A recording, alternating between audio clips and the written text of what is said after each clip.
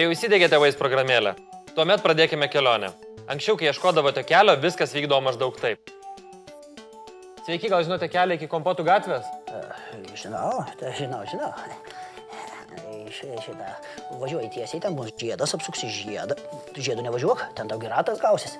Geriausia tau vaikelė būtų ties 4 posūkio pasukti, ten bus nusviręs kryžius. Ten pasviręs kryžius, ten visą laiką Petras guli. Tai žinai, tu prieik prie Petro. Petro neklaus, Petras pavargęs, piktas. Tai žinai, važiuok tiesiai toli. A iš toli paskui atgal atvažiuok. Tai va, čia turėtų būti ta Kisieliaus gatvė. O Kompotų gatvė kur? O koks tau skirtumas? Važiuok, jeigu važiuojas. Važiuok, ko nevažiuoji, ką? Važiuok. Tai jau gal ačiū. Ko nevažiuoji dabar, važiuok. Na. O dabar tiesiog pasirenkame padidinamą į stiklą, įvedame kelionės tikslą ir spaudžiame važiuoti.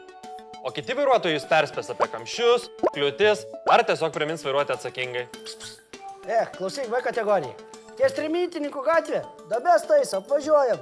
Ir ties Kultūristo gatvė, plentų. Nevirčiam greičio. Ačiū.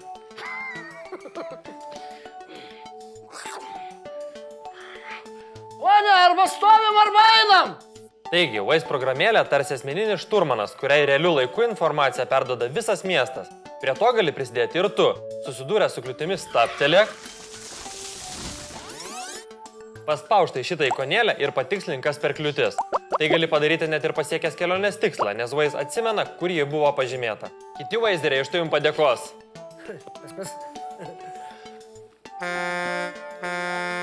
O kaip jūsų kelionės, kasdieninės automobilių padaryti ne vien tik, kad būtų patogesnės, bet ir linksmesnės. Žiūrėkit kitą filmą. Nu, tu parkuojas ar nesiparkuoji? Esu vėl klevalamas.